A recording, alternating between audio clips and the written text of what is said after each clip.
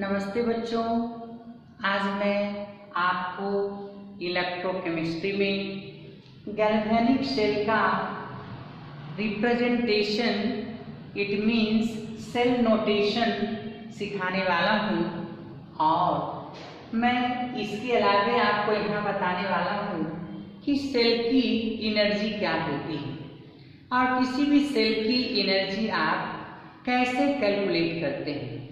Previous lecture में हमने सीखा था ईएमएफ ऑफ द सेल।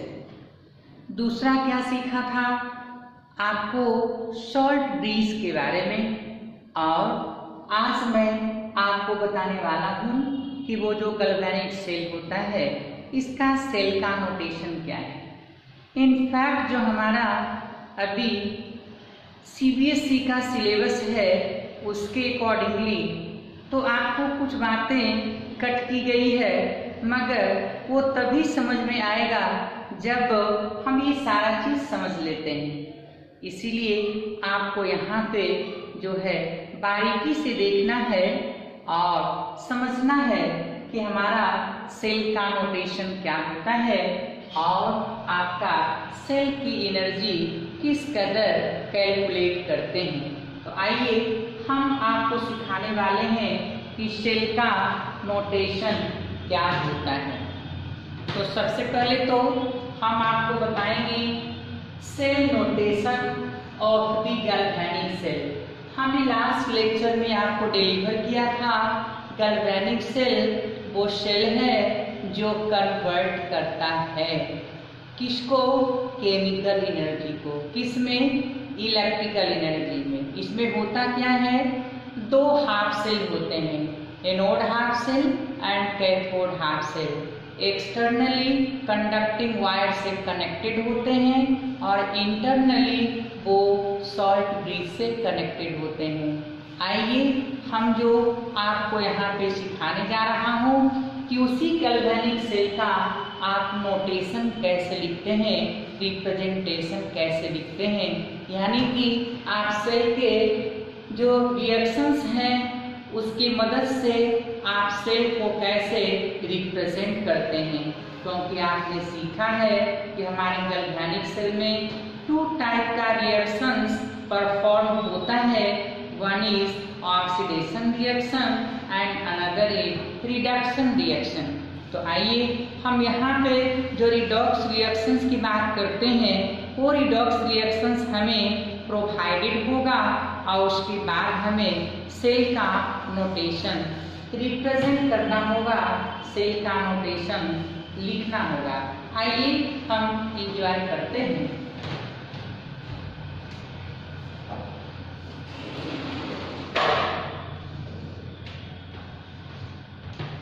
देखिए यहाँ पे आपको जो समझने वाली बात है, सेल के नोटेशन में let us consider a galvanic cell. हमने एक गैल्वेनिक सेल कंसीडर किया है माय डियर। वो गैल्वेनिक सेल कंसिस्टेड है जिंक एनोड से और कॉपर कैथोड से। ये देखिए जब हमारा गैल्वेनिक सेल जिंक एनोड और कॉपर कैथोड से बना हुआ होता है तो उसका एक स्पेशल नाम दिया जाता है जिसको हम लोग कहते हैं Daniel cell. So Daniel cell is a type of galvanic cell. The cell reactions are anodic reaction and cathodic reaction. Anode पे होने वाले रिएक्शंस आपको मालूम है इलेक्ट्रॉन का लॉस हुआ है, कैथोड पे होने वाले रिएक्शंस आपको मालूम है यहाँ पे इलेक्ट्रॉन का गेन हुआ है। ओवरऑल सेल रिएक्शन की बात करते हैं, ये वाली देखिए ऐड हो गया और ये जो आपका इलेक्ट्रॉन है लेफ्ट और राइट वो कैंसिल हो गया और Zn+2 और कॉपर सॉलिड आ गया। तो सेल का नोटेशन मैंने कैसे लिखा जरा ध्यान से सुनिएगा। लेफ्ट साइड में एनोड लिखा जाता है और राइट साइड में कैथोड लिखा जाता है। याद होगा आपको मैंने बनाया था एनोड, मैंने बनाया था कैथोड। एनोड वाले का एक अलग कंटेनर था जिसे आप एनोड हाफ सेल कहते थे और कैथोड वाले का एक अलग कंटेनर था जिसे आप कैथोड हाफ सेल कहते थे। और ये एनोड हाफ सेल और कैथोड हाफ सेल कनेक्टेड था इंटरनली, आपको याद होगा, सॉल्ट ब्रिज से, और एक्सटर्नली ये आपका कनेक्टेड था कंडक्टिंग वायर से। तो ये जो हमारा कंडक्टिंग वायर है वो एक्सटर्नल सर्किट को कंप्लीट करता है और ये सॉल्ट ब्रिज जो है इंटरनल सर्किट को कंप्लीट करता है। Here is the anode half cell and here is the cathode half cell. तो देखिए, आपको एनोड हाफ सेल को लेफ्ट में लिखना होता है और कैथोड को राइट में लिखना होता है। आपको मालूम है एनोड कौन सा है, यहाँ पर जिंक है, और इस जिंक ने क्या किया है, इलेक्ट्रॉन का लॉस किया है। तो जब इलेक्ट्रॉन का लॉस हो जाएगा तो जरा ध्यान से सुनिए, वो एनोडिक रिएक्शन होगा, और जब इलेक्ट्रॉन का गेन हो जाएगा तब वो कैथोडिक रिएक्शन होगा। तो हमारे पास है एनोडिक रिएक्शन, हमारे पास है कैथोडिक रिएक्शन। एनोडिक रिएक्शन में एनोड जो है लेफ्ट में होगा और कैथोड हमारा राइट में होगा। ये जो एनोड और कैथोड देख रहे हैं, इसमें एनोड को लेफ्ट में लिखा गया है, कैथोड को राइट में लिखा गया है, और यह एनोड और कैथोड दोनों ही सॉल्ट ब्रिज से सेपरेटेड हैं, जिसे डबल स्लैश से डिनोट किया गया है। Here is the double slash. ये डबल स्लैश हमारा सॉल्ट ब्रिज को डिनोट करता है। अब है कि एनोड को लिखने के लिए क्या करना होगा, पहले हम लिखेंगे मेटल और उसके बाद लिखेंगे मेटल आयन। ये लिखेंगे मेटल और उसके बाद लिखेंगे मेटल आयन। और यदि कैथोड लिखना होगा माय डियर, तो पहले हम मेटल का आयन लिखते हैं और उसके बाद मेटल लिखते हैं, और इन दोनों के बीच में सिंगल स्लैश होता है। पहले मेटल लिखेंगे, सिंगल स्लैश, फिर मेटल का आयन लिखेंगे। आप सोच रहे होंगे कि इस ब्रैकेट के अंदर, स्मॉल ब्रैकेट के अंदर क्या है, ये मोलरिटी है, ये कंसेंट्रेशन है आयंस का। 1 मोलर, 2 मोलर, 10⁻⁵ मोलर, जो कुछ भी है, इस कंसेंट्रेशन को, आयनिक स्पीशीज के कंसेंट्रेशन को हम लोग स्मॉल ब्रैकेट में इंडिकेट करते हैं। तो यहाँ पे हमारा x मोलर कंसेंट्रेशन है और यहाँ पे हमारा पाई मोलर कंसेंट्रेशन है। तो जरा सा ध्यान दीजिएगा, जब सेल का नोटेशन लिखते हैं तो कैसे, एनोड को लेफ्ट में लिखेंगे, कैथोड को राइट में लिखेंगे। Both anode and cathode are separated by the double slash, and this double slash is nothing but the salt bridge. ये सॉल्ट ब्रिज को रिप्रेजेंट कर रहा है। अब आप यहाँ समझने वाले हैं, जब एनोड को रिप्रेजेंट करना होगा तो पहले आप क्या लिखते हैं, मेटल लिखते हैं, और उसके बाद मेटल आयन लिखते हैं, और इन दोनों को सिंगल स्लैश से सेपरेट किया जाता है। But while writing the cathode, you have to first write the metal ion and then metal, and are separated by single slash. और ये जो आयोनिक स्पीशीज आप देख रहे हैं, these ionic species have some concentration, some molarity, and that molarity is mentioned within the small bracket. ये small bracket में x molar, y molar, x y कोई वैल्यू है जो हमने यहाँ पे रिप्रेजेंट किया हुआ है। तो एक बार फिर से मैं आपको कहता हूँ कि सेल को रिप्रेजेंट करने के वास्ते आपको एनोड लिखना होगा लेफ्ट में, कैथोड लिखना होगा राइट में, और ये सॉल्ट ब्रिज डबल स्लैश से रिप्रेजेंटेड होंगे, और ये जो है आपका एनोड और कैथोड को सेपरेट करता हुआ होगा। यदि हमारे कंसंट्रेशंस दिए हुए हैं आयनिक स्पीशीज का, तो उसको स्मॉल ब्रैकेट के अंदर इंडिकेट करना होगा। तो indicate the concentrations with in the small bracket of the ionic species. अब मैं आपको ले चलता हूँ कि x and y are the molar concentrations of the Zn+2 and copper+2 ion respectively। तो ये सेल का नोटेशन था। सारे सेल में हम इसी तरह की बात करेंगे। आइए अब हम यहाँ पे पढ़ने वाले हैं एनर्जी ऑफ द सेल। आपको मालूम है कि कोई भी सेल है तो उसकी एक अपनी एनर्जी है, और उसकी जब एनर्जी है तो फिर इस एनर्जी को रिप्रेजेंट कैसे किया जाता है आप सभी जानते हैं। यदि आप कोई बैटरी क्या है? Group of cells connected in series constitute battery. तो बैटरी क्या है? ग्रुप ऑफ सेल्स है। तो आप कहते हैं कि यदि आप सेल को लाते हैं, बैटरी को लाते हैं, ये बैटरी छोड़ देते हैं यूं ही तो धीरे धीरे डिस्चार्ज हो जाता है। इट मीन्स क्या? इस बैटरी की भी एक अपनी इंटरनल रेजिस्टेंस है। उस इंटरनल रेजिस्टेंस की वजह से हमारे बैटरी का इंटरनल एनर्जी लॉस होता है। इंटरनल एनर्जी जो हमारे बैटरी का लॉस हो रहा है, इट मीन्स क्या? जो लॉस है उसको हम निगेटिव से रिप्रेजेंट करते हैं। दूसरी बात, यदि आप बैटरी को यूज करते हो, सेल को यूज करते हो, तो देन वो डिस्चार्ज होगा। इट मीन्स तब भी वो एनर्जी का लॉस करेगा। इट मीन्स यदि आप एक सिंपल सर्किट की बात करें तो वहां एक आपको सेल लगाना होगा, एक एक्सटर्नल रेजिस्टेंस होगा, उस सेल की एक अपनी क्या होगी? इंटरनल रेजिस्टेंस होगी। तो आइए हम सबसे पहले बात करते हैं एनर्जी ऑफ द सेल की। यदि आप इलेक्ट्रोस्टैट फिजिक्स में पढ़े हैं, सर आपको पढ़ाते हैं, तो वहां पर आप पढ़े होंगे कि चार्ज इनटू पोटेंशियल डिफरेंस वो आपको क्या देता है? एनर्जी देता है। तो वही तो एनर्जी यहाँ पर भी है। ये चार्ज इनटू पोटेंशियल डिफरेंस है। मैंने निगेटिव साइन लिखा है, यहाँ डेल्टा जी लिखा है। Delta G gives free energy change. Gives scientist का नाम है, उसी के नाम पे आपको लिखा हुआ गिव्स फ्री एनर्जी चेंज और cell energy of the cell. तो ये कैसे रिप्रेजेंट किया जाएगा? -q into v। Charge into potential difference तो आपको एनर्जी देगा ही। निगेटिव साइन इस बात का रिप्रेजेंटेशन है, इस बात का कंफर्मेशन है कि जैसे जैसे आप सेल को यूज करोगे वैसे वैसे सेल की एनर्जी डिक्रीज करती चली जाएगी।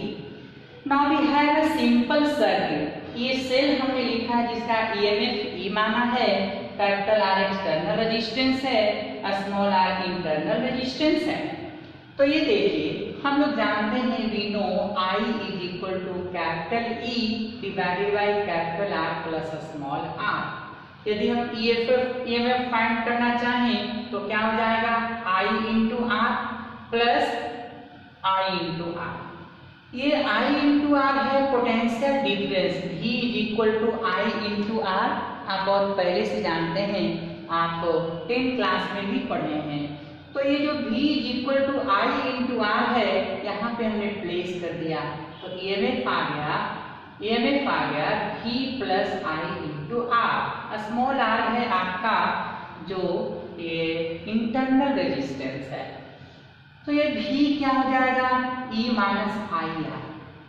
अच्छा, यदि आपको समझना है, यदि हम आइडियल सेल की बात करते हैं, आइडियल सेल के लिए इंटरनल रेजिस्टेंस को 0 कंसीडर किया जाता है। इनफैक्ट ये 0 होता नहीं है, बट 0 कंसीडर किया जाता है। और तब हमने लिखा है कि for the ideal cell R tends to 0, small r tends to 0।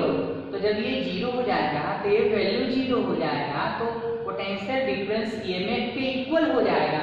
तो यहाँ पे हमारे फॉर्मूला में चेंजेस आएगा, वो -q इंटू E हो जाएगा, क्योंकि आपने V की जगह पे यहाँ क्या लिखा है?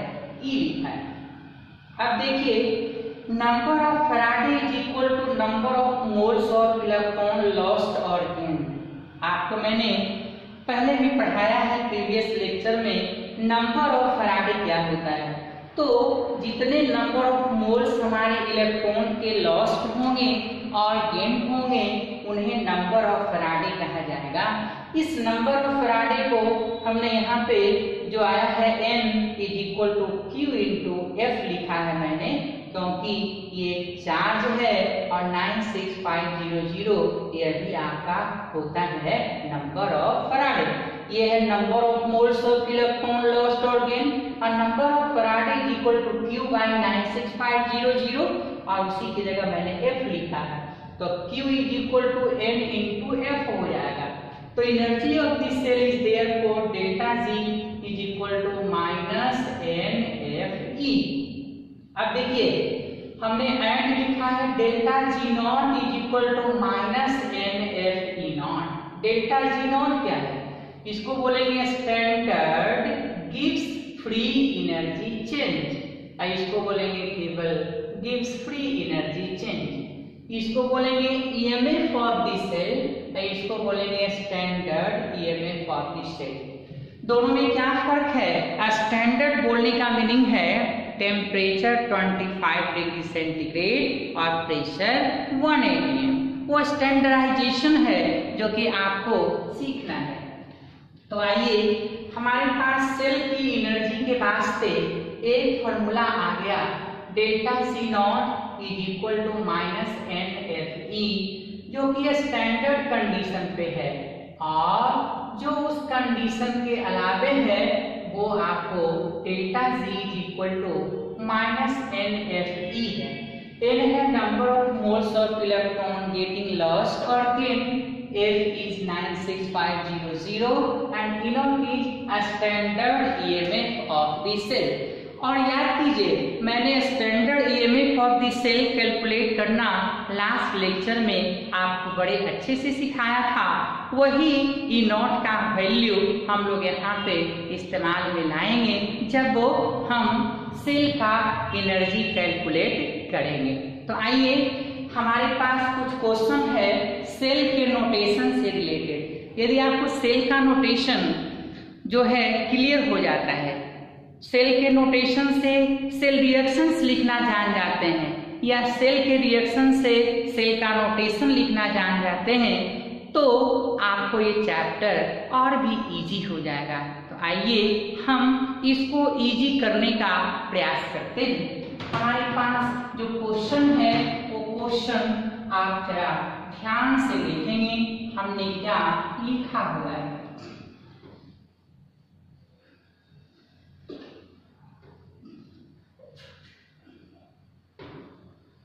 आइए मेरे पास क्वेश्चन है, write the cell notation for the following cell reactions. और ये सेल रिएक्शंस जो हमारे पास है वो Zn सॉलिड है plus copper plus 2Ag plus और 2 molar gives Zn 10 to the power minus 4 molar plus 2Ag solid। ध्यान देंगे हम इसमें कौन सा एनोड है कौन सा कैथोड है। ऑब्वियसली जो इलेक्ट्रॉन का लॉस होगा एनोड होगा, और जब इलेक्ट्रॉन का गेन होगा तो कैथोड होगा। तो मुझे पता चल गया कि एनोड कौन सा और कैथोड कौन सा। अब सोचिए एनोड को आपने लेफ्ट में लिखना है और कैथोड को आपने राइट में लिखना है। तो हम क्या करेंगे, सबसे पहले मेरे पास है जिंक सॉलिड, और यहाँ पे आ गया जिंक प्लस 2 जो कि 10 to the power minus 4 molar है। और एनोड को जब लिखते हैं तो पहले मेटल लिखते हैं, फिर मेटल आयन लिखते हैं और वहां सिंगल स्लैश देते हैं। अब हमें कैथोड को लिखना है तो कैथोड को लिखने के लिए पहले हम क्या करते थे, याद कीजिए मेटल आयन लिखते थे और उसके बाद लिखते थे मेटल। याद किया जाए सिंगल स्लैश लिखते हैं। और ये दोनों anode and cathode both are separated by double slash and is representing the salt breeze. So here is the cell notation of this reaction, और ए नंबर वाले का हमने सेल नोटेशन लिखा। बी आप खुद से बनाएंगे इसी तरीके से। मैं सी नंबर आपको यहाँ पे एक्सप्लेन करता हूँ फिर से। रिमेंबर, लिखा हुआ है हमारे पास Fe सॉलिड और प्लस 2H प्लस 2 मोलर। अब आप देख लीजिए, आपने मिला हुआ है Fe प्लस 2 10⁻³ मोलर और plus H2 gas. Quite interesting idea. कौन सा एनोड है my dear? Here is the anode. कौन सा कैथोड है? Here is the cathode. आइए आप लिखने वाले हैं Fe solid single slash Fe plus 2 10⁻³ molar double slash आप लिखने वाले हैं 2H प्लस 2 मोलर आप लिखने वाले हैं सिंगल स्लैश H2 गैस। तो देखिए, आपने लेफ्ट में एनोड लिखा, राइट में कैथोड लिखा। आपको मालूम है कि जो एनोड होता है वो निगेटिव होता है और जो कैथोड होता है वो पॉजिटिव होता है। तो हम लोग ऐसा भी करते हैं, anode minus cathode minus, anode minus cathode minus. तो ये कंप्लीट आपका क्या है? सेल नोटेशन है किसी भी गैल्वेनिक सेल का। तो आइए, आपने सेल का नोटेशन बड़ा ही अच्छे अंदाज में सीख लिया। बाकी जो 2 है वो मैंने आपके लिए छोड़ा है 50-50, है ना। तो चलिए, आपको 50% मेहनत करना है हमारे साथ। तो मैं अब इसके बाद आपको यहाँ पे सिखाने जा रहा हूँ कि ये जो हमारा डेल्टा जी का वैल्यू है -NFE, जो कि सेल की एनर्जी को रिप्रेजेंट करता है, यहाँ की सेल की एनर्जी को रिप्रेजेंट करता है। तो फिर उस सेल की एनर्जी हम किस कदर कैलकुलेट करते हैं। आइए, एक क्वेश्चन हम आपके सामने रखने वाले हैं।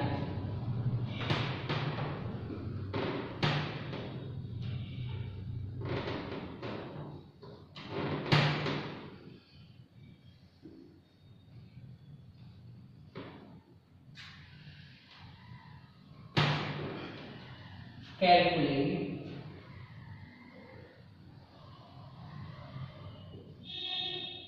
the cell energy of Zn solid plus Cu plus 2 aqueous, Zn plus 2 aqueous plus copper solid। आपको Zn प्लस 2 से Zn दिया हुआ है -0.76 वोल्ट एंड कॉपर प्लस 2 से कॉपर गिवन है 0.344।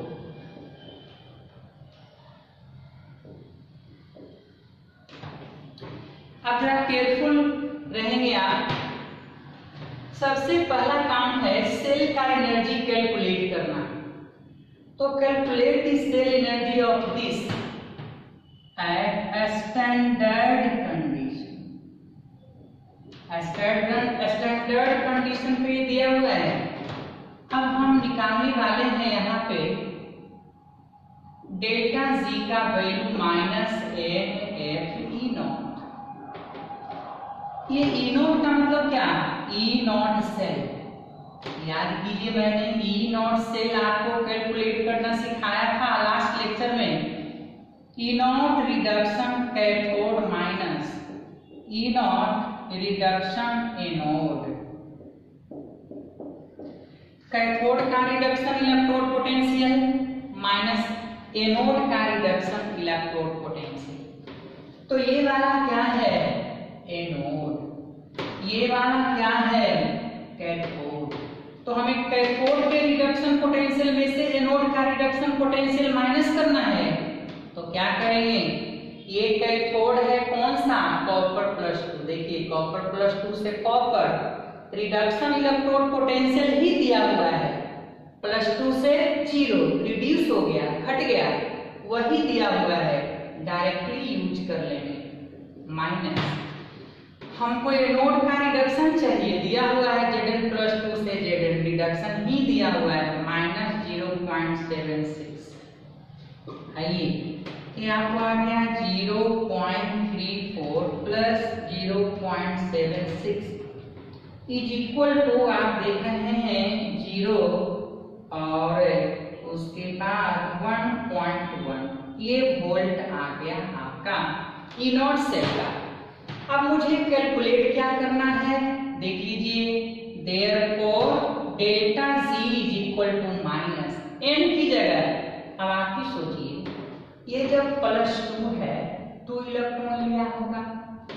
अब देखिए यहाँ पे Zn से Zn+2 हो गया, 2 इलेक्ट्रॉन दिया होगा, तो वही n का वैल्यू हो गया कितना, 2, S का वैल्यू 96500 और EMF का वैल्यू आपको मिला हुआ है 1.1, और ये जो एनर्जी आएगा वही हमारा आंसर होगा जूल में।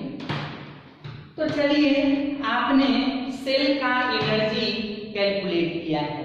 यदि ये वैल्यू हमारा डायरेक्ट दिया हुआ रहता है इनोड सेल, तो इस फॉर्मूला में डायरेक्ट यूज कर लेते, मगर यहाँ पे आपको डायरेक्ट दिया हुआ नहीं है, तो सबसे पहले इनोड सेल कैलकुलेट करना होगा माय डियर। और इनोड सेल कैलकुलेट करने के बाद आपको यहाँ पे पुट करना होगा।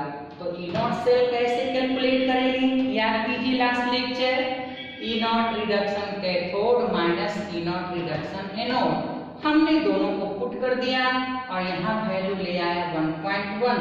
अब हमारे पास n का वैल्यू 2 कैसे हुआ, जिंक ने 2 इलेक्ट्रॉन का क्या किया है, कॉपर +2 ने 2 इलेक्ट्रॉन का गेन किया है। तो इस तरह से आपको ये क्वेश्चन का आंसर आ गया। अब हम अगले लेक्चर में बहुत ही इम्पोर्टेंट जो है टॉपिक डिस्कस करने वाले हैं, वो है आपका नॉइस इक्वेशन। तब तक के लिए स्वस्थ रहें, व्यस्त रहें, मस्त रहें।